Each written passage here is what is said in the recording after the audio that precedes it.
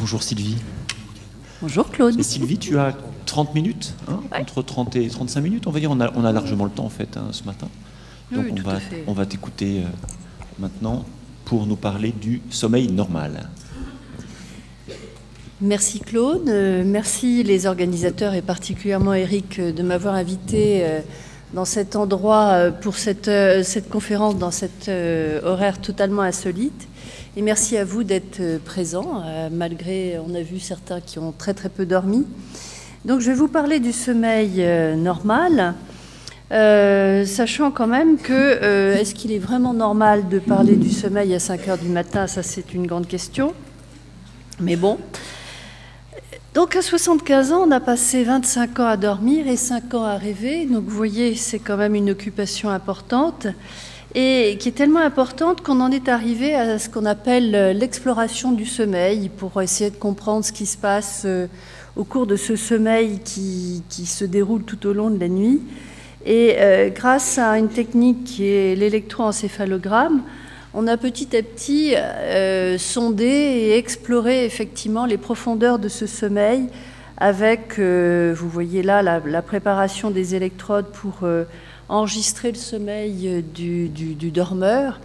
Et c'est effectivement toujours assez surprenant quand les gens viennent dans les laboratoires de sommeil parce qu'ils se demandent un petit peu ce qui va se passer, ce qu'on va leur faire. Et je crois qu'il y a en pratique tout à l'heure, ce sera montré avec quelqu'un qui va en live être enregistré. Mais c'est effectivement toujours assez, disons, pour la personne, assez inquiétant, enfin, de savoir qu'est-ce qui va se passer. Est-ce qu'on va découvrir des choses particulières? Qu'est-ce qu'on va voir réellement quand on fait les enregistrements de sommeil?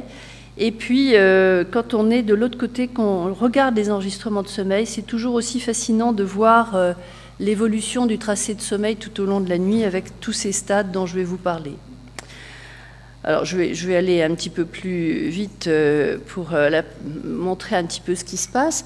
En fait, quand on s'endort, l'activité cérébrale se ralentit, le corps se détend, toutes les fonctions végétatives comme la respiration, le cœur vont se modifier avec un rythme particulier et spécialement au niveau du cœur, on a une baisse de la fréquence cardiaque et probablement d'ailleurs on se rend compte dans ces dernières années que la fonction du sommeil est très très importante par rapport à tout ce qui est de l'activité cardiaque et de sa récupération en quelque sorte. Et donc la pression artérielle diminue aussi, ce qui contribue justement à cette sensation de récupération et de repos au cours du sommeil. Alors quand on regarde le déroulé d'une nuit de sommeil, après quand on a étudié tous les graphes qui sortent de ces enregistrements que l'on a vus, en fait on se rend compte que très rapidement, un bon dormeur va passer de l'état de veille à ce qu'on appelle le sommeil léger, sommeil lent léger, c'est-à-dire qu'il y a des ondes de plus en plus lentes, et pour assez rapidement, en une petite vingtaine de minutes, arriver au sommeil profond, qui va être un sommeil qui va plutôt prédominer en première partie de nuit, comme on va le voir, et chaque cycle, puisqu'il y a des cycles de sommeil qui vont se répéter tout au long de la nuit, va se terminer par du sommeil paradoxal, qui est un sommeil qui doit son nom au fait que l'activité du cerveau est à ce moment-là assez proche de celle de l'éveil, alors que le dormeur est très, très profondément endormi. Et ces cycles vont se répartir tout au long de la nuit en 4 à 6 cycles, dépendant de la longueur du sommeil, puisqu'on a à peu près chaque cycle qui dure 1h30, pour finalement aboutir au réveil. Et vous voyez que il y a vraiment une asymétrie avec la première partie de la nuit, on a surtout du sommeil profond, et la seconde partie de la nuit où il y a surtout du sommeil léger et du sommeil paradoxal. Alors le sommeil va évoluer avec l'âge en termes de durée.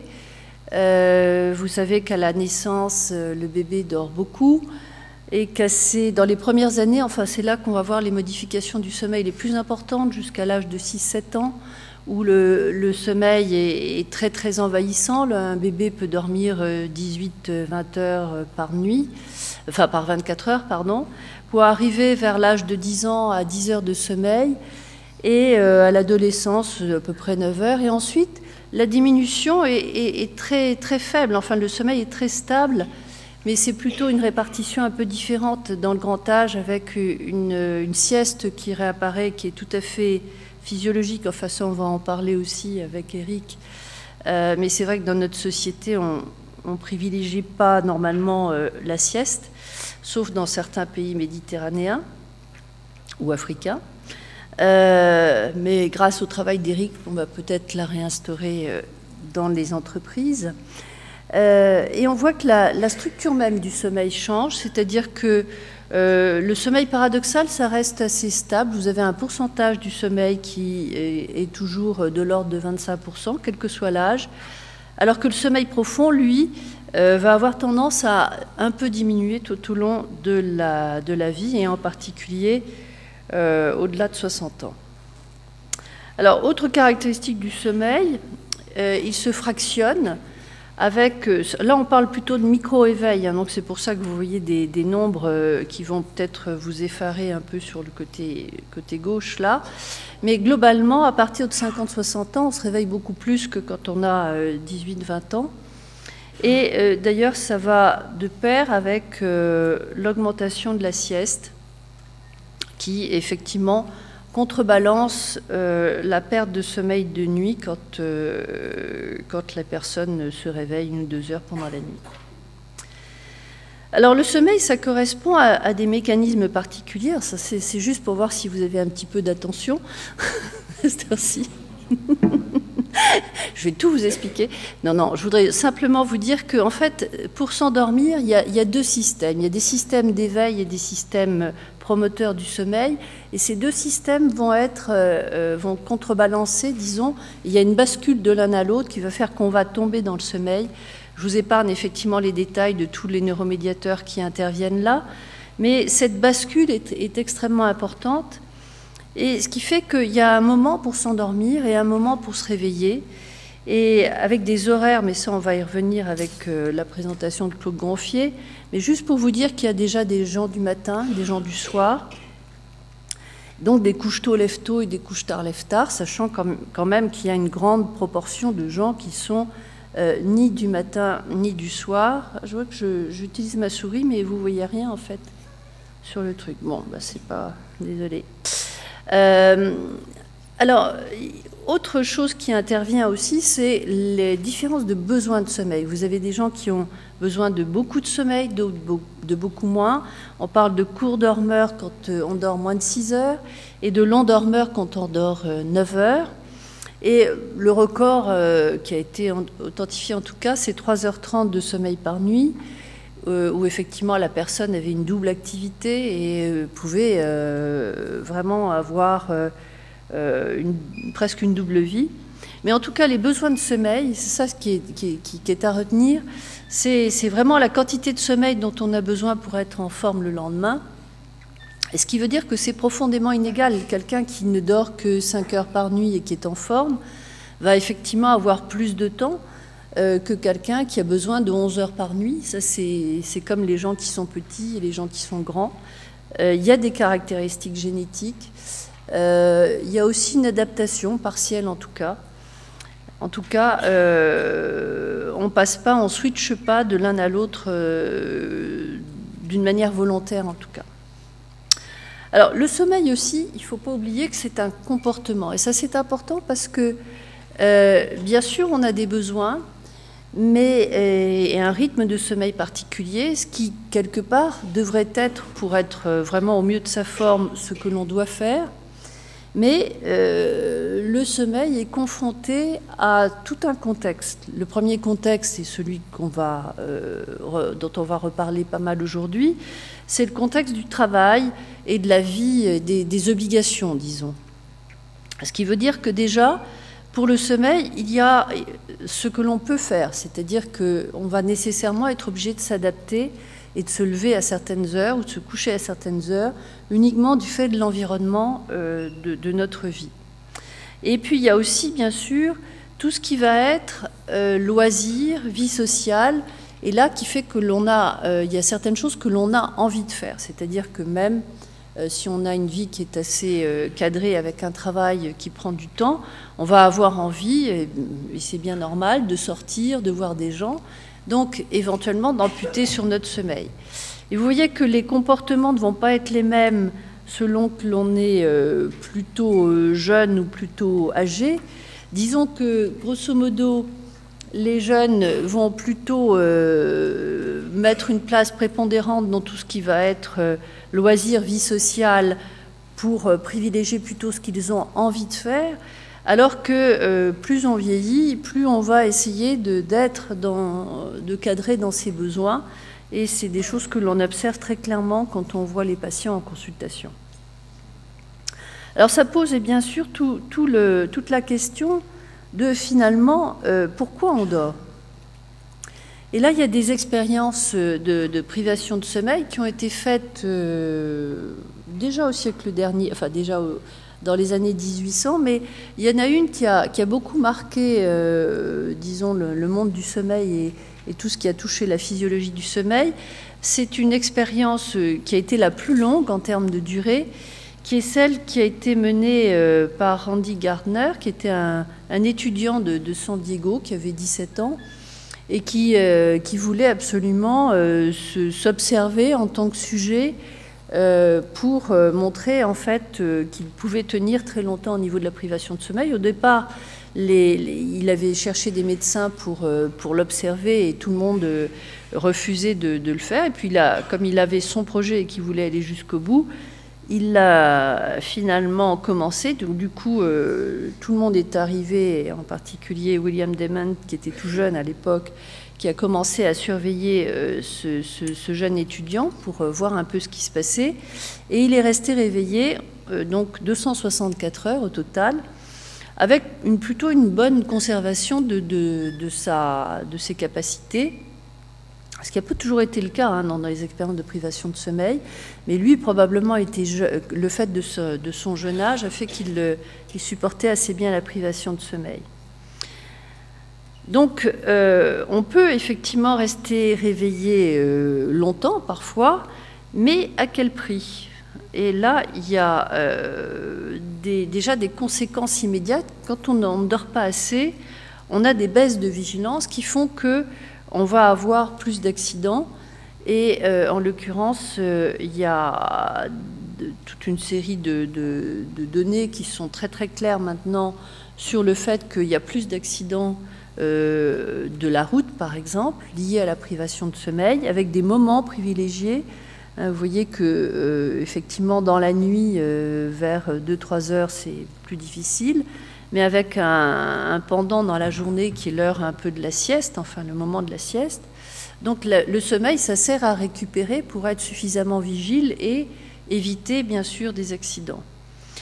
Plus récemment, on a mis en évidence d'autres fonctions qui sont très très intéressantes, qui sont le lien, par exemple, avec la régulation du poids.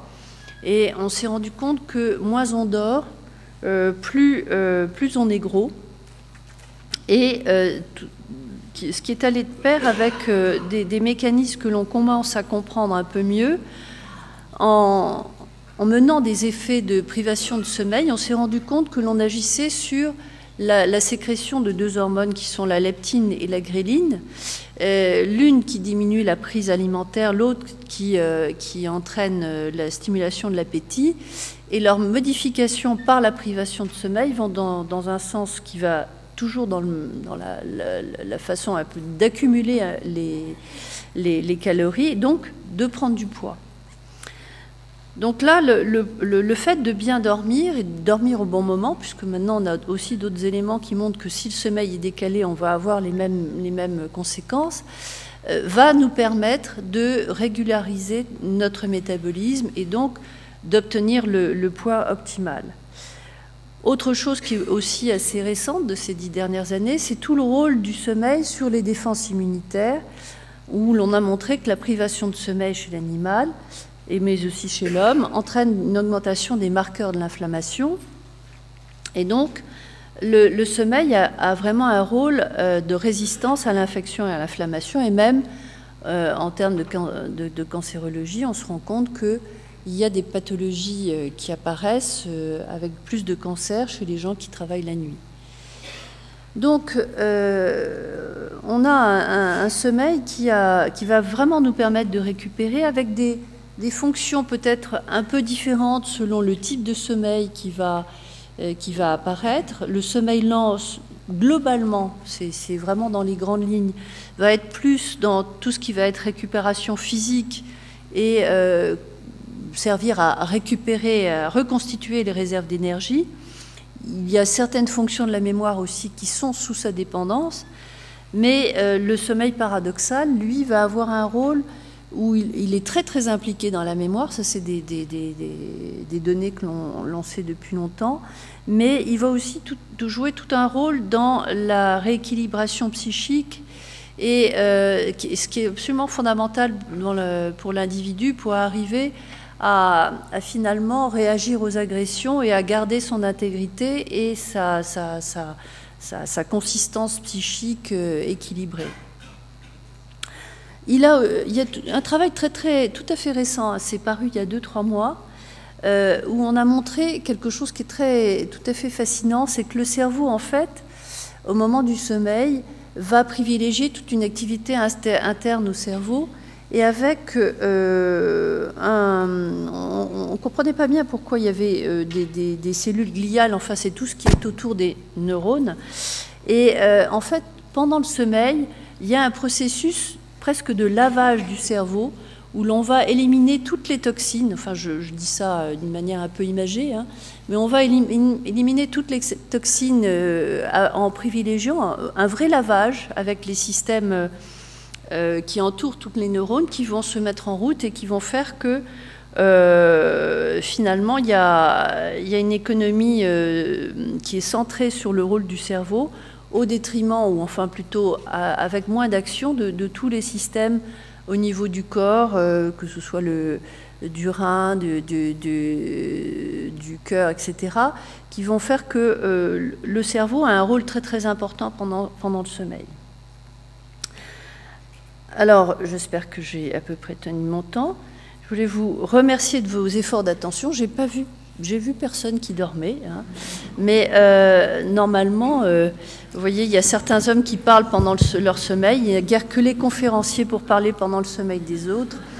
J'aime bien cette citation d'Alfred Capu. Voilà, je vous remercie de votre attention.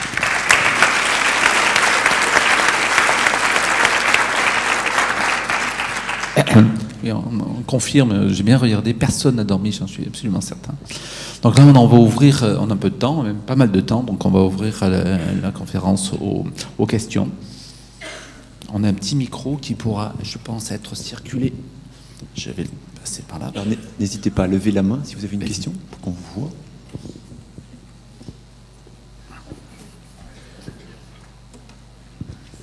Ah, tout au fond, oui.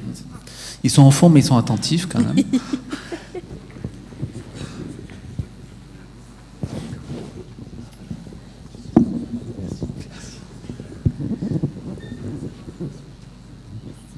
Alors, à propos de l'enregistrement du sommeil, moi quand j'étais en classe préparatoire, j'avais entendu parler, j'avais testé une petite application iPhone qui mesurait les courbes de sommeil. Sleep Rep Cycle. Et je ne me souviens plus vraiment du nom, et je me demandais bien comment ça marchait, parce qu'il suffisait de le mettre à côté de soi pendant le sommeil, et on était censé avoir une belle courbe, comme ça, avec les hauts et les bas, sommeil léger, sommeil profond. Et en particulier, cette application était intéressante parce que du coup, on pouvait se faire réveiller pendant le moment du cycle de sommeil qui était plus agréable, quoi. Voilà. Donc je veux savoir si vous le connaissiez, et si vous le connaissez, voir comment ça marche, parce que je ne voyais absolument pas comment on pouvait mesurer un cycle de sommeil juste en posant un téléphone à côté de soi. Voilà. Alors, il y a plusieurs applications qui ont effectivement été... qui sont nées grâce au développement des smartphones, et au départ, d'ailleurs, plutôt de l'iPhone, parce que dans l'iPhone, vous avez un capteur qui permet de donner la position, en fait, qui peut servir d'accéléromètre, enfin d'équivalent. et qui, basé sur ce qui se fait avec, au niveau de l'étude des rythmes veille-sommeil, on a depuis à peu près une 30-40 ans des actimètres et qui permettent de voir à quelle heure on s'endort, à quelle heure on se réveille. Et alors les gens qui ont commencé à développer des applications iPhone ou smartphone en général ont essayé de mettre au point des systèmes qui pouvaient détecter effectivement les mouvements. Alors il y a eu plusieurs applications. Damien pourra parler plus d'e-sommeil tout à l'heure, mais il y en a eu d'autres et il y en a encore d'autres qui arrivent. Et pour celles en tout cas qui n'ont pas d'autres capteurs que l'appareil lui-même, donc qui se place à côté de la tête, ils vous disent que ça va enregistrer le sommeil et que vous allez pouvoir voir si... Alors au début, ils étaient assez prétentieux, il y avait le sommeil léger, le sommeil profond et le rêve. Alors tout ça c'est franchement bidon. En fait, réellement, ce que vous pouvez avoir, enfin à peu près, c'est à quelle heure on s'endort, à quelle heure on se réveille et s'il y a des éveils.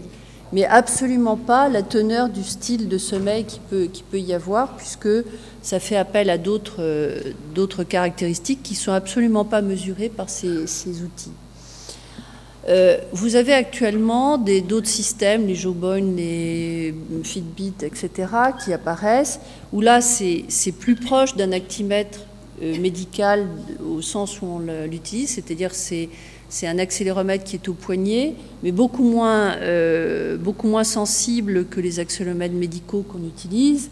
Donc ça reste quand même du domaine des petits gadgets. Mais ce qui est assez intéressant pour différents d'entre eux, quand ils arrivent, ils sont assez sensibles en termes d'accéléromètre, c'est de détecter à partir de quel moment la personne se réveille. Et le fait de donner une cible, plutôt une fenêtre de réveil entre telle heure et telle heure, le capteur va à ce moment-là démasquer à quelle heure la personne commence à bouger et donc l'inciter à se lever, que ce soit par un son, par une stimulation, une vibration, des choses comme ça. Et donc, pour les gens qui sont... Enfin, qui ont du mal à écouter à quelle heure ils sont vraiment prêts à se réveiller, ça va être la petite impulsion supplémentaire qui vont leur dire « Allez hop, ça y est, là il faut que tu te lèves ». Et c'est un des éléments sur lesquels on travaille beaucoup dans le cadre des thérapies comportementales dans l'insomnie, c'est de dire aux gens, quand vous êtes réveillés, il faut vous lever, il ne faut pas rester au lit parce que quelque part, vous allez aller à ce moment-là dans un sommeil qui va être déjà moins récupérateur et vous rentrez dans un système où finalement vous allez au-delà de votre temps de sommeil nécessaire et contrairement à ce que l'insomniaque pense, dormir plus n'est pas quelque chose qui va lui apporter un confort, au contraire, dormir plus va plutôt déstructurer son sommeil. Donc ces petits artifices sont parfois intéressants, mais il faut vraiment les remettre dans un contexte qui est quand même pas du tout celui qui est lancé, enfin qui est dit dans l'application. En tout cas, vous ne savez pas du tout si vous avez fait du sommeil profond ou du sommeil paradoxal ou autre chose.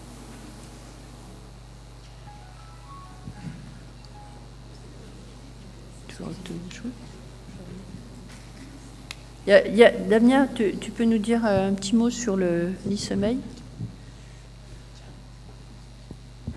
Oui, alors l'application e-sommeil, on a créé ça il y a 3 ans et donc cette application va sur l'iPhone et elle a plusieurs possibilités. D'abord, il s'agit d'un programme qui permet de se réveiller en douceur. C'était agréable pour ce matin avec de la musique et des lumières qui viennent progressivement vous réveiller. De l'autre côté, on peut s'endormir en douceur aussi. Donc voilà, 2 choses en même temps. Et pendant le sommeil, vous avez deux possibilités. Soit vous le mettez en mode ronflement sur la table de nuit. Donc, et on pose donc le téléphone sur la table de nuit, comme ça, à côté du ronfleur, bien sûr. Parce que sinon, on entend... quelquefois, il y a 2 ronfleurs dans une famille. Donc, à côté du ronfleur. Et l'appareil entend les ronflements et les détecte, et aussi les arrêts des ronflements. Donc, en regardant la courbe le lendemain, vous pouvez voir d'une part si vous avez ronflé, d'autre part si vous êtes arrêté de ronfler, ce qui donne une indication peut-être en faveur d'apnée du sommeil, sans que ça soit bien sûr un élément de diagnostic.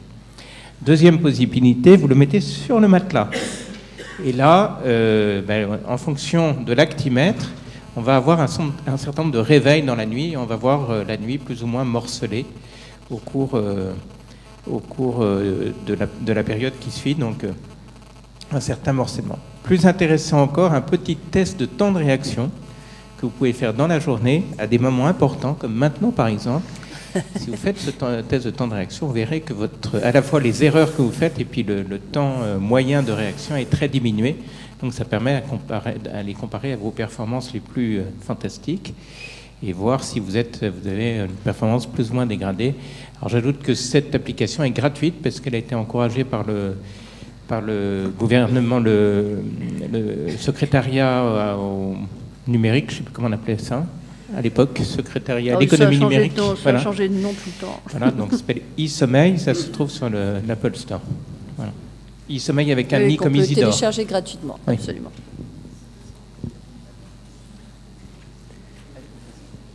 Oui, bonjour. Dans votre exposé, on voit qu'une nuit de sommeil, c'est une succession de cycles. Quand on programme l'heure à laquelle on met le réveil matin, si on était capable de programmer exactement les cycles, est-ce qu'il vaudrait mieux favoriser d'interrompre un cycle de sommeil ou de faire sonner le réveil entre deux cycles, quitte à ce qu'on supprime un cycle? Je ne sais pas si j'ai été clair. L'idéal, en fait, c'est le réveil spontané.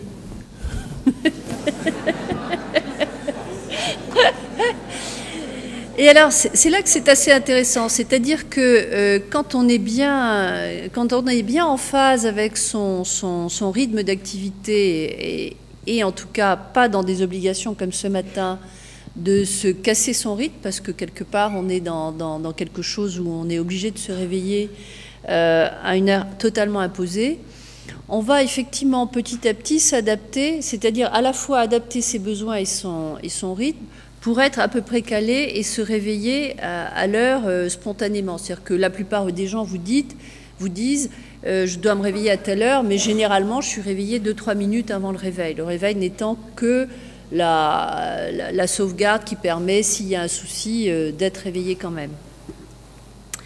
Et donc, oui, il est nettement meilleur, effectivement, de se réveiller à l'heure en phase avec la fin d'un cycle et pas en plein milieu, ce qu'on a presque tous fait ce matin. C'est quand même nettement plus désagréable. Même si on peut se réveiller correctement, c'est moins stressant, c'est clair, de se réveiller en phase avec son rythme. Mais après, il y a des situations, et c'est tout le problème du travail de nuit ou du travail à horaire décalé, où on est constamment dans l'agression parce que on va être dans la situation où c'est pas possible d'être en phase avec ce rythme-là. Merci de votre réponse.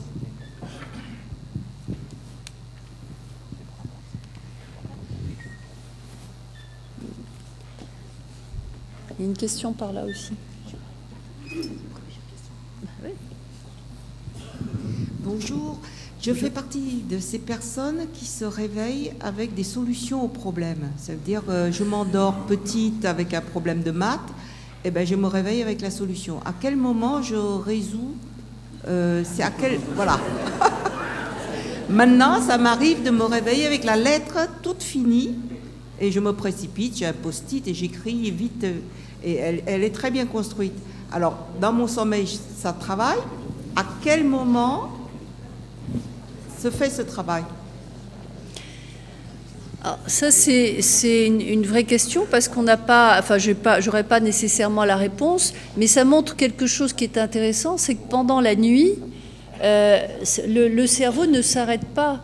Il ne s'arrête pas pour diverses raisons, parce que c'est tout le travail déjà de la consolidation de la mémoire, où on va être nécessairement dans un travail de comparaison entre ce qu'on a vécu, ce qu'on a vécu le jour même, ce qui s'est passé antérieurement, les associations qu'on va faire. Mais dans tout ce qui est le travail intellectuel, il va y avoir nécessairement des pensées et des associations qui vont aussi se faire, parfois sur un mode très constructif, comme vous le décrivez là, parfois moins évident, Mais il y a beaucoup de personnes qui vous disent qu'effectivement, elles ont une idée ou elles ont quelque chose qui va maturer au cours du sommeil. Alors après, les mécanismes profonds, on a une petite idée de ce qui se passe, mais précisément, je ne peux pas vous dire comment vous avez traité l'information étape par étape. Mais c'est vrai que ça se fait pendant le sommeil, ça c'est sûr. On va prendre encore juste une question, et parce qu'après, donc Eric nous rappelle qu'on a du travail à faire, il faut qu'on vous fasse remplir l'échelle des powers. Oui, bonjour. Oui. Moi, je voulais savoir, quand on travaille la nuit, on va se coucher le jour, j'imagine qu'on ne va pas reproduire de manière exacte les mêmes cycles de sommeil que la nuit. Et donc, je voulais savoir, en dehors du raccourcissement du temps total de sommeil, quelles étaient les différences fondamentales en termes de répartition entre les différentes phases de sommeil, paradoxales. Alors, il n'y a pas d'études sur un grand nombre de sujets, etc. Il y a sûrement des adaptations en fonction des chronotypes qui sont différents, donc il peut y avoir des variations individuelles importantes, mais en gros, vous avez deux mécanismes qui sont très différents au niveau de l'organisation du sommeil. C'est que vous avez le sommeil lent profond qui est un système de récupération cumulatif, c'est-à-dire que si vous êtes en privation, la première chose que vous allez récupérer, c'est le sommeil profond. Et la deuxième chose, c'est que le sommeil paradoxal est, lui, plutôt sur un mode circadien. C'est-à-dire qu'il y a une pression de sommeil paradoxal qui va se faire en seconde partie de nuit et en début de matinée. Donc quand vous dormez sur un sommeil du matin, vous allez avoir du sommeil paradoxal, alors qu'au fur et à mesure dans la journée, vous en aurez beaucoup moins. Donc après, il va y avoir une balance qui va se faire entre les deux et qui va faire que l'organisation du sommeil de jour chez quelqu'un de particulier va obéir entre la balance entre ces deux aspects et la privation de sommeil en tant que telle qui va pousser le sommeil profond. Donc vous allez avoir des schémas un peu différents. Et vous allez avoir des gens qui vont faire, par exemple, quand ils travaillent de nuit, ils vont faire une première partie de sommeil assez courte, mais parfois une sieste après. Et vous allez avoir des gens qui vont faire qu'une seule partie, qu'une seule période, disons, de 4-5 heures de sommeil. Vous avez des configurations qui peuvent être assez différentes d'un individu à l'autre parce que, comme je le disais tout à l'heure, il y a aussi les contraintes de la vie de tous les jours et vous allez avoir des mamans qui vont avoir des enfants à s'occuper, qui ne vont pas avoir le même rythme que quelqu'un qui est célibataire et qui va pas avoir ces contraintes-là. Merci. Donc, maintenant, on va sortir les échelles des powers que vous devez avoir normalement dans vos pochettes, au boulot. On va voir si tout le monde est réveillé. Merci Sylvie.